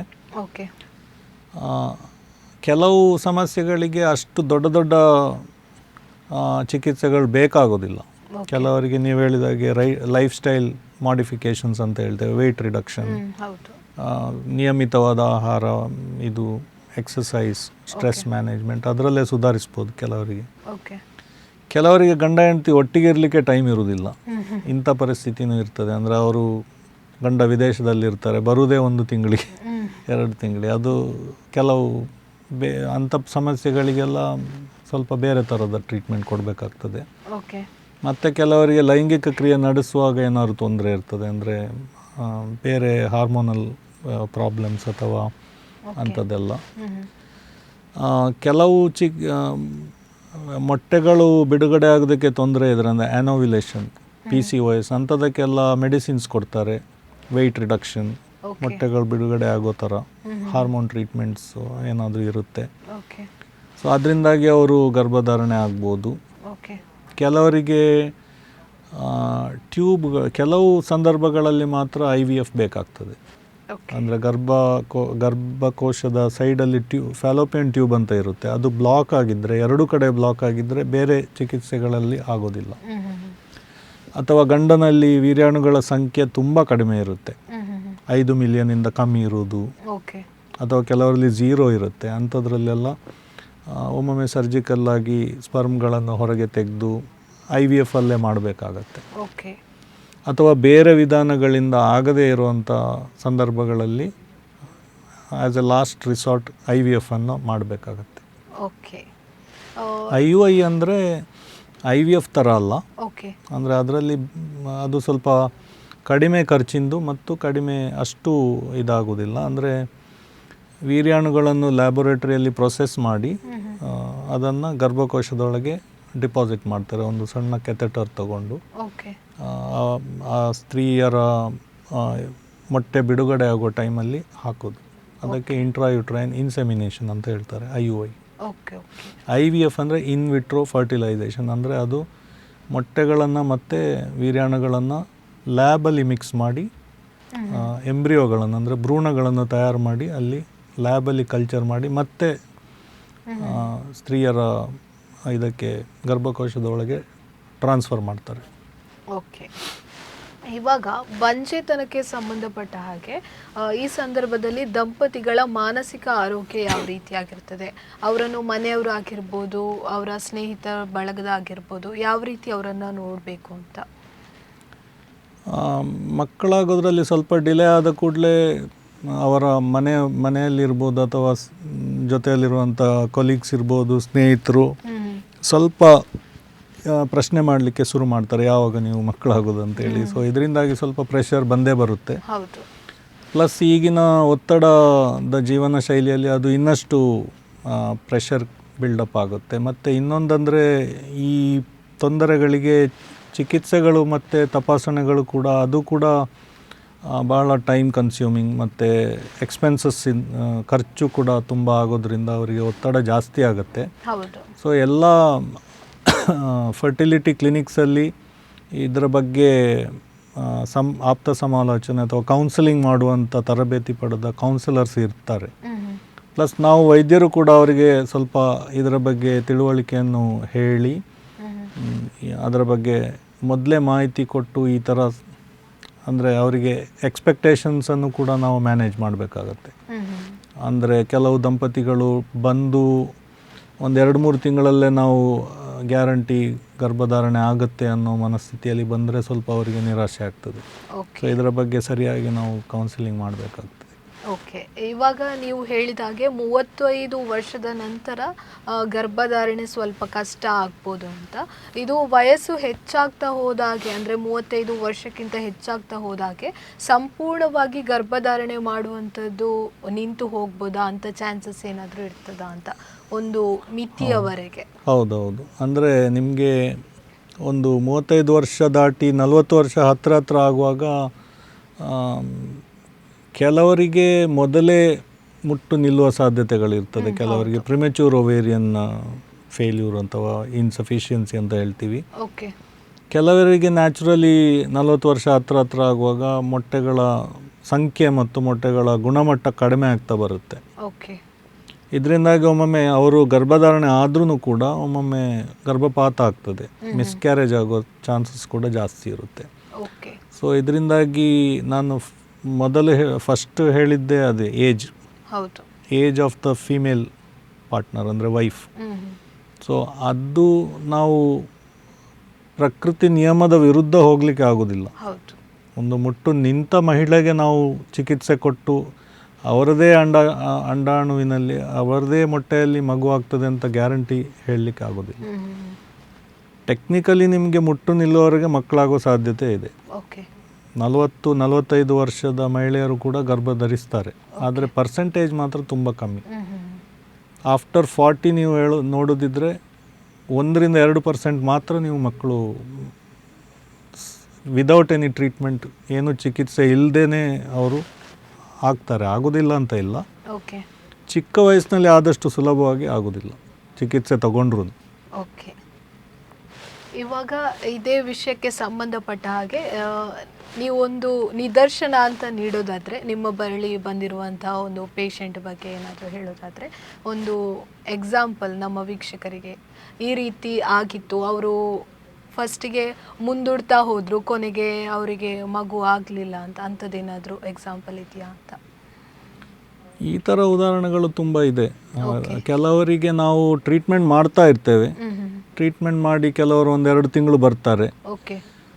ಬಂದಾಗ ಮಧ್ಯೆ ಟ್ರೀಟ್ಮೆಂಟ್ ಅವರಿಗೆ ಅಂಥ ಮೇಜರ್ ಪ್ರಾಬ್ಲಮ್ ಇಲ್ಲ ಅಂತ ಹೇಳಿದರೆ ಒಮ್ಮೊಮ್ಮೆ ಟ್ರೀಟ್ಮೆಂಟ್ ಇಲ್ಲದ ಸೈಕಲಲ್ಲಿ ಕೂಡ ಅವರಿಗೆ ತನ್ನಿಂತಾನೇ ಗರ್ಭಧಾರಣೆ ಆದ ಉದಾಹರಣೆಗಳಿವೆ. ಉದಾಹರಣೆಗೆ ಕೋವಿಡ್ ಸಮಯದಲ್ಲಿ ಕೆಲವರು ಕೋವಿಡ್ಗೆ ಮುಂಚೆ ಟ್ರೀಟ್ಮೆಂಟ್ ತಗೊಳ್ತಾ ಇದ್ದರು, ಕೋವಿಡಲ್ಲಿ ಮನೆಯಲ್ಲಿ ಕೂತ್ಕೊಂಡು ಅವರಿಗೆ ಸ್ವಲ್ಪ ಸಣ್ಣ ಪುಟ್ಟ ಸಮಸ್ಯೆಗಳಿದ್ದವರಿಗೆ ತನ್ನಿಂತಾನೇ ಗರ್ಭಧಾರಣೆ ಆದದ್ದು ಕೆಲವು ಉದಾಹರಣೆಗಳಿವೆ. ಮತ್ತು ಕೆಲವು ಮಹಿಳೆಯರಲ್ಲಿ 40 ವರ್ಷ ಕಳೆದವರಲ್ಲೂ ಕೂಡ ಒಮ್ಮೊಮ್ಮೆ ಬಂದಿರ್ತಾರೆ. ಅವರಿಗೆ ನಾವು ಒಂದು ಸಣ್ಣ ಚಿಕಿತ್ಸೆಯಲ್ಲಿ ಕೂಡ ಒಮ್ಮೊಮ್ಮೆ ಆದದ್ದು ಕೂಡ ಇದೆ. ಯಾರಿಗೆ ಮಕ್ಕಳಾಗ್ತದೆ ಯಾರಿಗೆ ಮಕ್ಕಳಾಗೋದಿಲ್ಲ ಅಂತ ನಾವು ಪ್ರೆಡಿಕ್ಟ್ ಮಾಡಲಿಕ್ಕೆ ತುಂಬ ಕಷ್ಟ.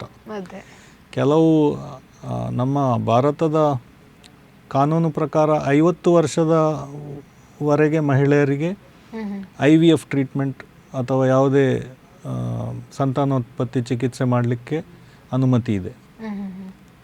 ಆದರೆ ಅವರದ್ದೇ ಅಂಡಾಣುವಿನಲ್ಲಿ ಆಗ್ತದೆ ಅಂತ ಹೇಳಲಿಕ್ಕಾಗೋದಿಲ್ಲ. ನಮ್ಮ IVF ಸೆಂಟರ್ನಲ್ಲಿ ಅಪ್ ಟು 48 ಇಯರ್ಸ್ವರೆಗೆ ದಾನಿಗಳ ಅಂಡಾಣುವಿನಲ್ಲಿ ಮಾಡಿ ಗರ್ಭಧಾರಣೆ ಆದ ಕೇಸ್ಗಳು ಇದೆ. ಓಕೆ. ಆದರೆ ಅದಕ್ಕೆ ತುಂಬ ಕಾನೂನಿನ ಪ್ರಕ್ರಿಯೆ ಇದೆ, ಅದರ ಪ್ರಕಾರನೇ ನಾವು ಮಾಡಬೇಕಾಗ್ತದೆ. ಓಕೆ.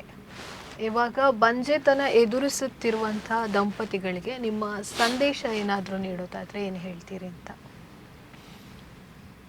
ನಾನು ಏನು ಹೇಳ್ತಾ ಇದ್ದೇನೆ ಅಂತೇಳಿದರೆ, ಇದರ ಬಗ್ಗೆ ಬಂಜೆತನದ ಬಗ್ಗೆ ಇದರಲ್ಲಿ ನಿಮಗೆ ಮದುವೆಯಾಗಿ ತುಂಬ ವರ್ಷ ಆಗಿದೆ ಅಥವಾ ನಿಮ್ಮ ವಯಸ್ಸು ಸ್ವಲ್ಪ ಜಾಸ್ತಿ 35ರಿಂದ ಜಾಸ್ತಿ ಆಗಿದೆ ಅಂತ ಹೇಳಿದರೆ ಈ ನಿಮಗೆ ಚಿಕಿತ್ಸೆ ಬೇಕಾಗಿರೋದು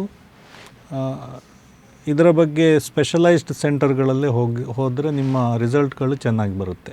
ಓಕೆ. ಅಂದರೆ ಚಿಕ್ಕ ವಯಸ್ಸಲ್ಲಿ ನೀವು ಸಣ್ಣ ಪುಟ್ಟ ಚಿಕಿತ್ಸೆಗಳಲ್ಲೇ ಸರಿಯಾಗ್ಬೋದು. ಒಂದು ಮದುವೆಯಾಗಿ 2-3 ವರ್ಷದ ಒಳಗಡೆ ನಿಮಗೆ ಆಗಲಿಲ್ಲ ಅಂತ ಹೇಳಿದರೆ ಆದಷ್ಟು ಬೇಗ ಅದರ ಬಗ್ಗೆ ಯಾರು ಪರಿಣತಿಯನ್ನು ಹೊಂದಿರ್ತಾರೆ, ಅಂದರೆ ಈ ಸಂತಾನೋತ್ಪತ್ತಿ ಚಿಕಿತ್ಸೆಯಲ್ಲಿ ಅವರು ಸ್ತ್ರೀರೋಗ ತಜ್ಞರೇ, ಆದರೆ ಈ ಬಗ್ಗೆ ಜಾಸ್ತಿ ಪರಿಣತಿಯನ್ನು ಹೊಂದಿರುವಂಥ ವೈದ್ಯರನ್ನು ಸಂಪರ್ಕ ಮಾಡಿಕೊಂಡು ಅವರ ಜೊತೆ ಸಲಹೆ ಪಡ್ಕೊಂಡು ಬೇಕಾದ ಚಿಕಿತ್ಸೆ ಮಾಡ್ಬೋದು. ಮತ್ತು ಅದೇ ಸಮಯದಲ್ಲಿ lifestyle modifications, weight management, ಒತ್ತಡ ನಿರ್ವಹಣೆ, ದುರಭ್ಯಾಸಗಳಿದ್ದರೆ ಅದನ್ನು ಕಂಪ್ಲೀಟ್ ನಿಲ್ಲಿಸಬೇಕು ಅಥವಾ ಅಟ್ಲೀಸ್ಟ್ ಮ್ಯಾನೇಜಬಲ್ ಲೆವೆಲಲ್ಲಿ ಇಟ್ಕೊಳ್ಬೇಕು. ಇಂಥದ್ದೆಲ್ಲ ಮಾಡಿಕೊಂಡ್ರೆ ಆದಷ್ಟು ಬೇಗ ಮಕ್ಕಳಾಗುವಂಥ ಇದು ಇರ್ತದೆ. ಓಕೆ. ಇವಾಗ ಮೇಜರ್ ಆಗಿ ಇರುವಂತಹ ಸಮಸ್ಯೆ ಅಂತ ಹೇಳಿದರೆ ಯುವ ಜನರ ಮನಸ್ಸಿನಲ್ಲಿ ಅಂದರೆ ಅವರು ಏನು ಪೋರ್ನೋಗ್ರಫಿ ಅನ್ನುವಂಥದ್ದು ಒಂದು ಮೇಜರ್ ಸಮಸ್ಯೆ ಅಥವಾ ಒಳ್ಳೆ ರೀತಿಯೂ ಇರ್ಬೋದು, ಆದರೆ ಇದು ಸಮಸ್ಯೆಯಾಗಿ ಪರಿಣಮಿಸಿದೆ. ಇದು ಎಷ್ಟರ ಮಟ್ಟಿಗೆ ಯುವಕರ ಮನಸ್ಸಿಗೆ ಒಂದು ಸಮಸ್ಯೆಯಾಗಿ ಬೀರ್ತಾ ಇದೆ ಅಂತ ಹೇಳೋದಾದರೆ? ಇದು ಎಗೇನ್ ನಾವು ಆಗ ಸೆಕ್ಷುವಲ್ ಆ್ಯಂಡ್ ರಿಪ್ರೊಡಕ್ಟಿವ್ ಹೆಲ್ತ್ ಅದಕ್ಕೆ ಮತ್ತೆ ಬಂದು ತಲುಪಿದ್ದೀವಿ. ಅಂದರೆ ಇದು ಬಂಜೆತನವೂ ಒಂದು ಇದು ರಿಪ್ರೊಡಕ್ಟಿವ್ ಹೆಲ್ತ್ ಅಂದರೆ ಎಲ್ಲ ಬರುತ್ತೆ. ಅಡೋಲಸೆಂಟ್ ಹೆಲ್ತ್, ಈಗ ನೀವು ಹೇಳಿದಾಗ ಅವರ ಬಗ್ಗೆ ಇಂಥ ವಿಷಯಗಳ ಬಗ್ಗೆ ಮಾಹಿತಿ ಕೊಡೋದು, ಅಥವಾ ಫ್ಯೂಚರಲ್ಲಿ ಪ್ರೀ ಕನ್ಸೆಪ್ಷನಲ್ ಕೇರ್, ಗರ್ಭಧಾರಣೆ ಆಗೋ ಮುಂಚೆ ಅವರಿಗೆ ಮಾಹಿತಿ ಕೊಡೋದು, ಸೇಫ್ ಪ್ರೆಗ್ನೆನ್ಸಿ ಆ್ಯಂಡ್ ಮದರ್ಹುಡ್, ಮತ್ತು ಮೆನೋಪಾಸ್ ಆದವರು ಇದು ಕೂಡ ಬರುತ್ತೆ ರಿಪ್ರೊಡಕ್ಟಿವ್ ಹೆಲ್ತಲ್ಲಿ. It's a very wide field. Okay. ಮತ್ತು ಇನ್ಫೆಕ್ಷನ್ಸ್ ಆಗದಾಗೆ, ಮತ್ತು ಅವರ reproductive health, general cancer screening, ಸ್ತನಗಳ ಕ್ಯಾನ್ಸರ್ ಇರ್ಬೋದು ಅಥವಾ ಯೂಟ್ರಸ್ ಕ್ಯಾನ್ಸರ್ ಇರ್ಬೋದು, ಇದರ ಓವರಿ ಎಲ್ಲ ಸ್ಕ್ರೀನಿಂಗ್, ಪ್ರಿವೆಂಟಿವ್ ಹೆಲ್ತ್. ಇದು ನೀವು ಹೇಳಿದ ಟಾಪಿಕ್ಕು ಇದು ಅಡೋಲಸೆಂಟ್ ಇದರಲ್ಲಿ ಬರುತ್ತೆ. ಈಗ ಪೋರ್ನೋಗ್ರಫಿ ಈಗ ನಾವು ಮಕ್ಕಳಿಗೆ ಸರಿಯಾದ ಮಾಹಿತಿ ಕೊಡದಿದ್ದರೆ ಅವರಿಗೆ ಸೆಕ್ಷುವಲ್ ಹೆಲ್ತ್ ಬಗ್ಗೆ ಮಾಹಿತಿ ಇರೋದಿಲ್ಲ, ಮತ್ತು they are getting the information from the wrong sources. ಇದರಿಂದಾಗಿ ತುಂಬ ಸಮಸ್ಯೆ ಅಂತ ಹೇಳಿದರೆ ಅವರು ಹದಿಹರೆಯದಲ್ಲಿ ಬ್ರೈನ್ ಕರೆಕ್ಟಾಗಿ ಡೆವಲಪ್ ಆಗಿರೋದಿಲ್ಲ. ಅವರು ಪೋರ್ನೋಗ್ರಫಿ ಅಂದರೆ ಅದು ಲೈಂಗಿಕ ಪ್ರಚೋದನೆಗಾಗಿ ಎಕ್ಸ್ಪ್ಲಿಸಿಟ್ ಇಮೇಜಸ್ ತೋರಿಸೋದು, ಅಂದರೆ ಜಸ್ಟ್ ಲೈಕ್ ನಿಮಗೆ ಓಪನ್ ಆಗಿ ಎಲ್ಲ ತೋರಿಸ್ತಾರೆ. ಇದರಿಂದ ಏನಾಗುತ್ತೆ, ಬ್ರೈನ್ ಕೆಮಿಸ್ಟ್ರಿ ಚೇಂಜ್ ಆಗುತ್ತೆ. ಅವರ ಎಕ್ಸ್ಪೆಕ್ಟೇಷನ್ ಏನಿರುತ್ತೆ, ಅವರು ರಿಯಲ್ ಲೈಫಲ್ಲಿ ಕೂಡ ಅದನ್ನೇ ಎಕ್ಸ್ಪೆಕ್ಟ್ ಮಾಡ್ತಾರೆ. ತಮ್ಮ ಸಂಗಾತಿ ಇರ್ಬೋದು ಅಥವಾ ತಮ್ಮ ಹೆಂಡತಿ ಇರ್ಬೋದು, ಮತ್ತು ಎಲ್ಲರನ್ನು ಅದೇ ರೀತಿ ನೋಡುವಂಥ ಮನೋಭಾವ ಬರುತ್ತೆ. ಮತ್ತು ಅದನ್ನು ನೋಡೋದ್ರಿಂದ ಡೋಪಮಿನ್ ಬರುತ್ತಲ್ಲ, ಒಂಥರ ಅಡಿಕ್ಷನ್ ಥರ, ಅದನ್ನು ಸಿಗರೇಟು, ಮದ್ಯಪಾನ ಥರ, ಅದು ಒಂದು ಥರ ಅದಿಲ್ಲದೆ ಅವರಿಗೆ ಪ್ರಚೋದನೆ ಆಗೋದಿಲ್ಲ, ಆ ಥರ ಸ್ಥಿತಿಗೆ ಬಂದುಬಿಡ್ತಾರೆ. ಮತ್ತು ಸ್ತ್ರೀಯರನ್ನು ನೋಡೋ ದೃಷ್ಟಿಕೋನ ಬದಲಾವಣೆ ಆಗುತ್ತೆ. ಮತ್ತು ಕೆಲವೊಂದು ಕನ್ಸೆಂಟ್ ಅನ್ನುವ ಕಾನ್ಸೆಪ್ಟ್ ಬರೋದಿಲ್ಲ, ಅಂದರೆ ಒಪ್ಪಿಗೆ ಇಲ್ಲದೆ ಒಂದು ಲೈಂಗಿಕ ಸಂಪರ್ಕ ನಡೆಸ್ಬೋದು ಅನ್ನೋವಂಥ ಮನೋಭಾವ ಬರುತ್ತೆ. ಸಾಮಾಜಿಕ ಸಮಸ್ಯೆಗಳು, ಮತ್ತು ಈ ಇಂಡಸ್ಟ್ರಿಗೆ ನಾವು ಪ್ರೋತ್ಸಾಹ ಕೊಟ್ಟರೆ ಚೈಲ್ಡ್ ಟ್ರಾಫಿಕಿಂಗ್, ಮಾನವ ಕಳ್ಳ ಸಾಗಣೆ, ಮತ್ತು ಇಂಥದ್ದೆಲ್ಲ ಕೆಲವೆಲ್ಲ ಸಾಮಾಜಿಕ ಸಮಸ್ಯೆಗಳೆಲ್ಲ ಬರುತ್ತೆ. ಸೊ ಈ ಥರ ಅಡಿಕ್ಷನ್ ಇದ್ದರೆ ಮಕ್ಕಳನ್ನು ನಾವು ನೋಡಿಕೊಂಡು, ಬೇರೆ ಡ್ರಗ್ ಅಡಿಕ್ಷನ್ ಥರನೇ ಇದಕ್ಕೂ ಕೂಡ ಟ್ರೀಟ್ಮೆಂಟ್ ಇದೆ. ಸೊ ಮಾನಸಿಕ ತಜ್ಞರ ಹತ್ರ ತೋರಿಸ್ಬೋದು. ಅಂದರೆ ಅವರು ಬ್ರೈನಲ್ಲಿ ಫುಲ್ ಡೆವಲಪ್ ಆಗೋ ಮೊದಲೇ ಇಂಥದ್ದೆಲ್ಲ ನೋಡಿದರೆ ಅವರಿಗೆ ಸಾಕಷ್ಟು ಮಾನಸಿಕ ಮತ್ತು ದೈಹಿಕ ತೊಂದರೆಗಳು ಬರುತ್ತೆ. ಸಾಮಾನ್ಯವಾಗಿ ಅವರಿಗೆ ಮದುವೆ ಆದಮೇಲೆ ಕಷ್ಟ ಆಗ್ತದೆ ಓಕೆ ಹೀಗೆ. ಅದರಿಂದಾಗಿ ಇದರ ಬಗ್ಗೆ ನಾವು ಕರೆಕ್ಟಾಗಿ ಮಾಹಿತಿ ಕೊಡಬೇಕಾಗ್ತದೆ. ಗೌರ್ಮೆಂಟ್ನವರು ಒಮ್ಮೊಮ್ಮೆ ಬ್ಯಾನ್ ಮಾಡ್ತಾರೆ ಇದನ್ನೆಲ್ಲ, ಇದು ಈ ಥರ ತೊಂದರೆಗಳಿಂದಾಗಿಯೇ ಮಾಡೋದು. ಅದು ಸಂಪೂರ್ಣವಾಗಿ ಬ್ಯಾನ್ ಮಾಡುವಂಥ ಕಾನೂನು ಏನು ಇನ್ನೂ ಬಂದಿಲ್ಲ? ಅದು ಇನ್ನೂ ಬಂದಿಲ್ಲ, ಆದರೆ ಇದರ ಬಗ್ಗೆ ತುಂಬ ಕನ್ಸರ್ನ್ಸ್ ಇದೆ. ಈ ಥರ ತೊಂದರೆ ಆಗ್ತದೆ, ಮತ್ತು ಲೈಂಗಿಕ ಶೋಷಣೆಗಳಿರ್ಬೋದು, ಮತ್ತು ಒಂಥರ ಅದು ನಮ್ಮ ಒಂದು ದೃಷ್ಟಿಕೋನವನ್ನೇ ಬದಲಾಯಿಸ್ತದೆ. ನಮಗೆ ಗೊತ್ತಿಲ್ಲದಂಗೆ ನಮಗೆ ಚೇಂಜ್ ಆಗ್ತದೆ. ಅದು ಗಂಡಸರಿರ್ಬೋದು, ಹೆಂಗಸರಿರ್ಬೋದು, whatever it is. So ಅದರಿಂದಾಗಿ ಇದು ಸ್ವಲ್ಪ ಕನ್ಸರ್ನಿಂಗ್ ಇದು. ಓಕೆ, ಇದಕ್ಕೆ ಸಂಬಂಧಪಟ್ಟ ಹಾಗೆ ಒಬ್ಬ ಹೆಣ್ಣು ಮಗಳು ಆಗಿರ್ಬೋದು, ಗಂಡು ಮಗು ಆಗಿರ್ಬೋದು, ಲೈಂಗಿಕ ಶೋಷಣೆಯಿಂದ ಕಾಪಾಡಲಿಕ್ಕೆ ಸರ್ಕಾರದಿಂದ ಏನೆಲ್ಲ ಕಾನೂನು ಕ್ರಮಗಳು ಬಂದಿದೆ ಅಂತ? ಸರ್ಕಾರದಿಂದ ಪಾಕ್ಸೋ ಅಂತಿದೆ, prevention of protection of children from sexual abuse, POCSO ಅಂತ ಒಂದು ಕಾನೂನಿದೆ 2012ರಲ್ಲಿ ಬಂದಿರುವಂಥದ್ದು. ಇದರ ಪ್ರಕಾರ ಇದು ಬರೀ ಹೆಣ್ಮಕ್ಳಿಗೆ ಅಲ್ಲ, ಬರೀ ಗಂಡು ಮಕ್ಕಳಿಗೂ ಕೂಡ ಅಪ್ಲೈ ಆಗುತ್ತೆ. So any child below the age of 18 ಇದರ ಪರ್ವ್ಯೂ ಅಲ್ಲಿ, ಇದರ ಕವರೇಜಲ್ಲಿ ಬರ್ತಾರೆ. ಅಂದರೆ even if you indulge in sexual activity, ಅವರು ಸಮ್ಮತಿ ಇದ್ರೂ ಕೂಡ 18 ವರ್ಷದ ಕೆಳಗಿನ ಮಗು ಜೊತೆ ನೀವು ಲೈಂಗಿಕ ಸಂಪರ್ಕ ನಡೆಸಿದರೆ ಅದು ಕಾನೂನು ಪ್ರಕಾರ ನಿಮಗೆ ಜೈಲೇ ಗತಿ. ಆಮೇಲೆ ಈ ಥರದ ಚಟುವಟಿಕೆ ಅಥವಾ ಈ ಥರದ ಅಬ್ಯೂಸ್ ಆಗಿದೆ ಅಂತ ನಿಮಗೆ ಗೊತ್ತಿದ್ದರೆ ನೀವು you have to inform the police. ನೀವು ಶಾಲೆಯಲ್ಲಿ ಕೆಲಸ ಮಾಡೋರಾಗಿರ್ಬೋದು, ನಿಮ್ಮ ಡಾಕ್ಟರ್ ಆಗಿರ್ಬೋದು, ಅಥವಾ ಎನಿ ಸಚ್ ಸಿಚುವೇಶನ್ಸ್ 24 ಗಂಟೆ ಒಳಗೆ ನೀವು ಪೊಲೀಸರಿಗೆ ತಿಳಿಸ್ಬೇಕಾಗ್ತದೆ. ಅಥವಾ ಬ್ಯಾಟರ್ಡ್ ಬೇಬೀಸ್ ಮನೆಯಲ್ಲಿ ಏನಾದರೂ ನಿಮಗೆ ಪೊಲೀಸ್ ಹತ್ರ ಬರ್ತಾರೆ, ಹೊರಗೆ ಆಗಬೇಕಂತ ಏನಿಲ್ಲ, ಸ್ಟ್ರೇಂಜರ್ಸ್ ಹತ್ರನೇ ಆಗಬೇಕಂತ ಏನಿಲ್ಲ, ಮನೆಯಲ್ಲಿ ಅಥವಾ ಸಂಬಂಧಿಕರು ಇರ್ಬೋದು, ನಿಯರ್ ರಿಲೇಟಿವ್ಸ್ ಇರ್ಬೋದು, ಅಥವಾ ಓನ್ ಪೇರೆಂಟ್ಸ್ ಕೂಡ ಒಮ್ಮೊಮ್ಮೆ ಅನ್ಫಾರ್ಚುನೇಟ್ಲಿ. ಸೊ ಇಂಥದ್ದೆಲ್ಲ ಇದ್ದರೆ, ಅಥವಾ ಡಾಕ್ಟರ್ಸ್ ಒಮ್ಮೊಮ್ಮೆ ಬರ್ತಾರೆ, ಪ್ರೆಗ್ನೆಂಟಾಗಿ ಬರುವಂಥ ಹೆಣ್ಣು ಮಕ್ಕಳನ್ನು ಅವರ ಆಧಾರ್ ಕಾರ್ಡ್ ನೋಡಿ ಚೆಕ್ ಮಾಡಬೇಕಾಗತ್ತೆ. ಅವರು ಅಪ್ರಾಪ್ತ ವಯಸ್ಸಿನವರಾಗಿದ್ದರೆ ಪೊಲೀಸರಿಗೆ ಹೇಳೋದಿದ್ದರಿಂದ ಎಷ್ಟೊಂದು ಜನ ಇದರಿಂದಾಗಿ ವೈದ್ಯರೇ ತೊಂದರೆಗೆ, ಅವರು ಪ್ರೆಗ್ನೆಂಟ್ ಅಲ್ಲ ಅಂತ ಟ್ರೀಟ್ಮೆಂಟ್ ಮಾಡಿರ್ತಾರೆ, ಆದರೆ ನೋಡದೆ ನಾವು ಇದು ಮಾಡಿದರೆ it comes under POCSO. Okay sir, ಇಷ್ಟು ಸಮಯ ನಮ್ಮ ವೀಕ್ಷಕರಿಗೆ IVF ಆಗಿರ್ಬೋದು, ಲೈಂಗಿಕ ಆರೋಗ್ಯ, ಸಂತಾನೋತ್ಪತ್ತಿ ಆರೋಗ್ಯ, ಅದೇ ರೀತಿ ಬಂಜೆತನ ಎಲ್ಲದರ ಕುರಿತು ಒಳ್ಳೆಯ ರೀತಿಯಲ್ಲಿ ಜನರಿಗೆ ಅರ್ಥವಾಗುವ ರೀತಿಯಲ್ಲಿ ನೀವು ಮಾಹಿತಿಯನ್ನು ನೀಡಿದ್ದೀರಿ. ನಿಮಗೆ ನಮ್ಮ ಕಾರ್ಯಕ್ರಮಕ್ಕೆ ಬಂದಿದ್ದಕ್ಕೆ ಧನ್ಯವಾದಗಳು ಸರ್. ಧನ್ಯವಾದಗಳು, ಥ್ಯಾಂಕ್ ಯು. ಎಸ್ ವೀಕ್ಷಕರೇ, ಇಷ್ಟು ಸಮಯ ನಾವು ಬೇಕಾದಂತಹ, ಇದು ಸಮಾಜದಲ್ಲಿ ಇವತ್ತಿನ ದಿನದಲ್ಲಿ ಬೇಕಾಗಿರುವಂತಹ ಅಗತ್ಯವಾದ ಮಾಹಿತಿ, ಈ ಮಾಹಿತಿಗಳನ್ನು ನೀವು ಅರ್ಥ ಮಾಡಿಕೊಂಡಿದ್ದೀರಿ ಅಂತ ಅಂದ್ಕೊಂಡಿದ್ದೇವೆ. ಇದಾಗಿತ್ತು ಈ ಹೊತ್ತಿನ ವಿಶೇಷ. ನಿರಂತರ ಸುದ್ದಿ ಹಾಗೂ ಮನೋರಂಜನೆಗಾಗಿ ನೋಡ್ತಾ ಇರಿ ದೈಜ್ ವರ್ಲ್ಡ್ 24/7. ನಮಸ್ಕಾರ.